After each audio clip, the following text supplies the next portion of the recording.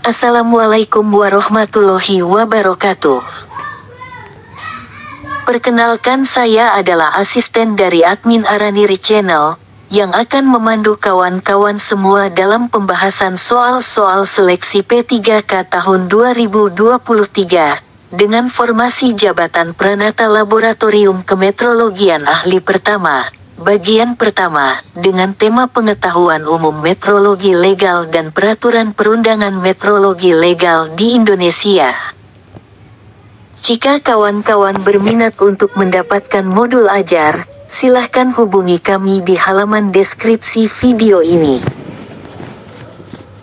Harganya hanya Rp50.000, berupa file e-book PDF yang berisi ratusan soal pembelajaran disertai pembahasan lengkap, meliputi soal teknis kompetensi bidang, TKP, TIU, TWK, manajerial, sosiokultural dan wawancara untuk semua formasi jabatan. Yang semuanya dibuat oleh tim khusus berdasarkan kisi-kisi dari Panselnas CASN Kemenpan RB tahun 2023. Oke, baiklah kawan-kawan semuanya. Untuk itu mari kita awali belajar kita dengan berdoa menurut keyakinan kita masing-masing. Kita masuk dengan soal yang pertama. Soal 1. Dalam pengukuran massa, penggunaan timbangan yang tidak terkalibrasi dapat mengakibatkan hasil yang tidak akurat. Berdasarkan hal tersebut, peraturan perundangan apa yang mengatur tentang kalibrasi timbangan di Indonesia? A.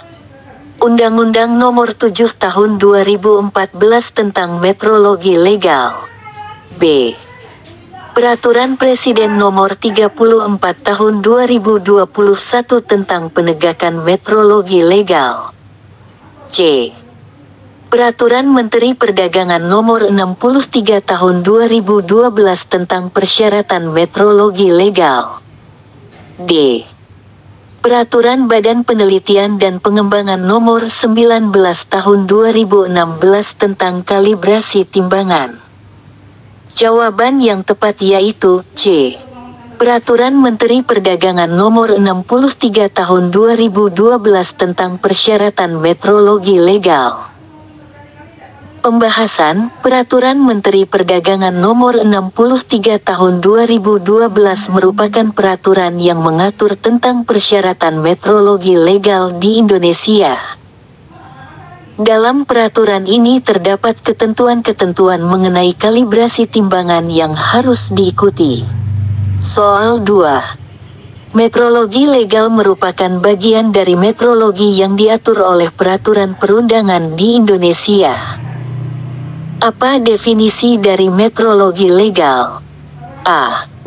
Cabang metrologi yang bertanggung jawab mengukur kecepatan objek bergerak. B.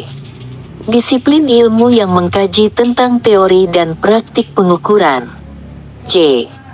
Sistem pengawasan negara terhadap pengukuran yang dilakukan oleh masyarakat. D. Standar pengukuran yang digunakan dalam peraturan perundangan. Jawaban yang tepat yaitu C. Sistem pengawasan negara terhadap pengukuran yang dilakukan oleh masyarakat. Pembahasan, metrologi legal adalah sistem pengawasan yang dilakukan oleh negara terhadap pengukuran yang dilakukan oleh masyarakat.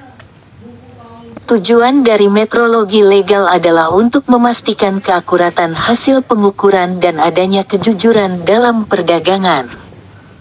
Soal 3. Salah satu prinsip dasar metrologi legal adalah adanya ketelitian dan keakuratan dalam pengukuran. Oleh karena itu, berapakah perbedaan yang diizinkan antara nilai yang terukur dengan nilai yang sebenarnya? A. 0,1%. B. 0,2%. C. 0,3%. D. 0,4%. Jawaban yang tepat yaitu A. 0,1%. Pembahasan, prinsip dasar metrologi legal menyatakan bahwa perbedaan yang diizinkan antara nilai yang terukur dengan nilai yang sebenarnya adalah maksimal 0,1%.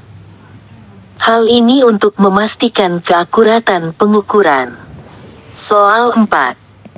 Untuk memastikan keseragaman hasil pengukuran di seluruh Indonesia, Badan Meteorologi, Klimatologi, dan Geofisika (BMKG) bertugas untuk a.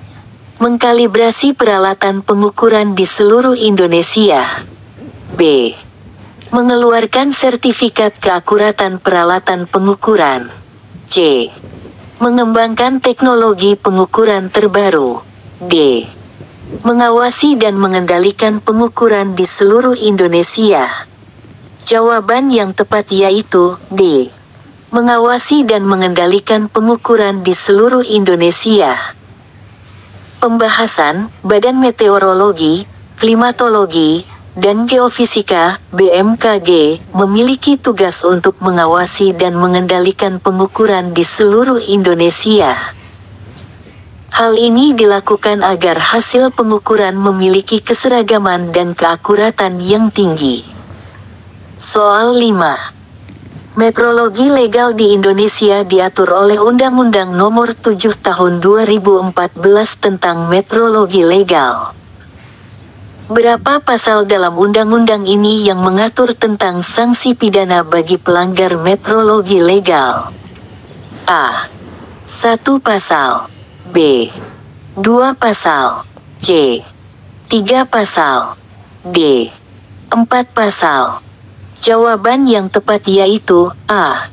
1 pasal. Pembahasan, Undang-Undang Nomor 7 Tahun 2014 tentang metrologi legal hanya mengatur 1 pasal yang secara khusus menyebutkan tentang sanksi pidana bagi pelanggar metrologi legal. Soal 6. Siapa yang bertanggung jawab dalam menjalankan kegiatan metrologi legal di Indonesia? A. Kementerian Perdagangan. B. Badan Meteorologi, Klimatologi, dan Geofisika. C. Kementerian BUMN. D. Badan Pengawas Perdagangan Berjangka Komoditi. Jawaban yang tepat yaitu A. Kementerian Perdagangan. Pembahasan, Kementerian Perdagangan bertanggung jawab dalam menjalankan kegiatan metrologi legal di Indonesia. Mereka memiliki wewenang untuk mengeluarkan peraturan-peraturan terkait metrologi legal dan melakukan pengawasan terhadap pelaksanaannya. Soal 7. Salah satu tindakan yang dilarang dalam metrologi legal adalah penggunaan alat ukur yang tidak tera. Apa yang dimaksud dengan tera? A. Ukuran yang telah dikalibrasi. B. Pengukuran yang dilakukan oleh ahli metrologi. C. Pemilik alat ukur yang telah mendapatkan sertifikat keakuratan. D. Proses pengukuran yang dilakukan oleh pemerintah. Jawaban yang tepat yaitu A. Ukuran yang telah dikalibrasi. Pembahasan, tera dalam metrologi legal mengacu pada penggunaan alat ukur yang telah dikalibrasi. Penggunaan alat ukur yang tera diperlukan agar hasil pengukuran akurat dan dapat dipercaya. Soal 8. Berapa lama masa berlaku sertifikat keakuratan untuk alat ukur yang tera? A. 1 tahun. B. 2 tahun. C. 3 tahun. D. 4 tahun. Jawaban yang tepat yaitu C. 3 tahun. Pembahasan, masa berlaku sertifikat keakuratan untuk alat ukur yang tera adalah 3 tahun. Setelah masa berlaku habis, alat ukur tersebut perlu dikalibrasi ulang agar tetap akurat. Soal 9. Bagaimana proses permohonan pengujian dan sertifikasi alat ukur di Indonesia? A.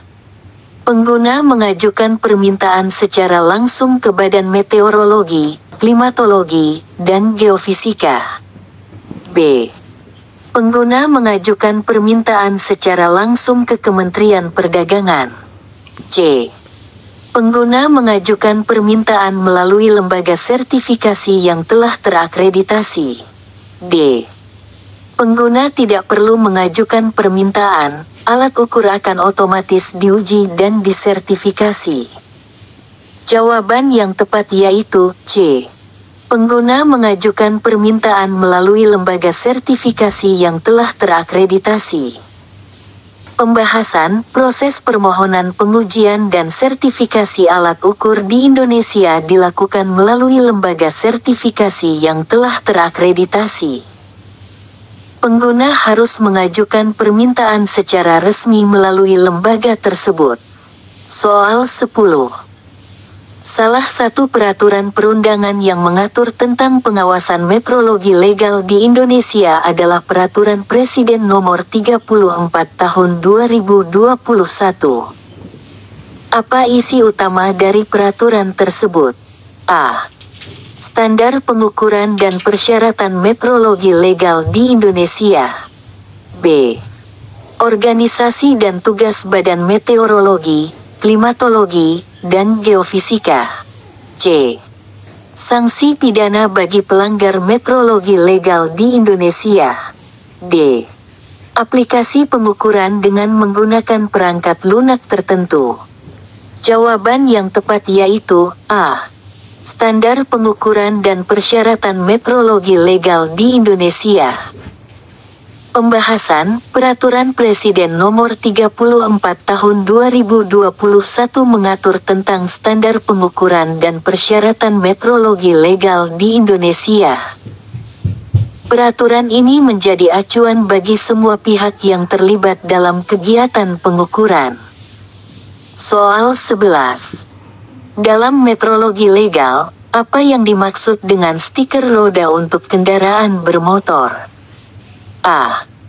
Stiker yang menunjukkan bahwa kendaraan bermotor tersebut telah melewati uji emisi gas buang.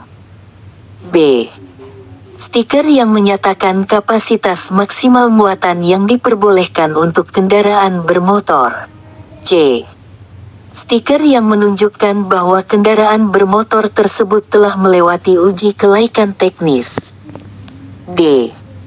Stiker yang mengindikasikan bahwa kendaraan bermotor tersebut telah dilengkapi dengan peralatan pengukuran yang terah. Jawaban yang tepat yaitu D. Stiker yang mengindikasikan bahwa kendaraan bermotor tersebut telah dilengkapi dengan peralatan pengukuran yang terah. Pembahasan, stiker roda untuk kendaraan bermotor merupakan stiker yang menunjukkan bahwa kendaraan tersebut telah dilengkapi dengan peralatan pengukuran yang terah. Stiker ini penting untuk memastikan keakuratan hasil pengukuran yang dilakukan oleh kendaraan tersebut. Oke, baiklah kawan-kawan semuanya. Sampai di sini dulu belajar kita kali ini. Kita lanjutkan belajar kita di video selanjutnya. Semoga sukses dan tetap semangat. Wassalamualaikum warahmatullahi wabarakatuh.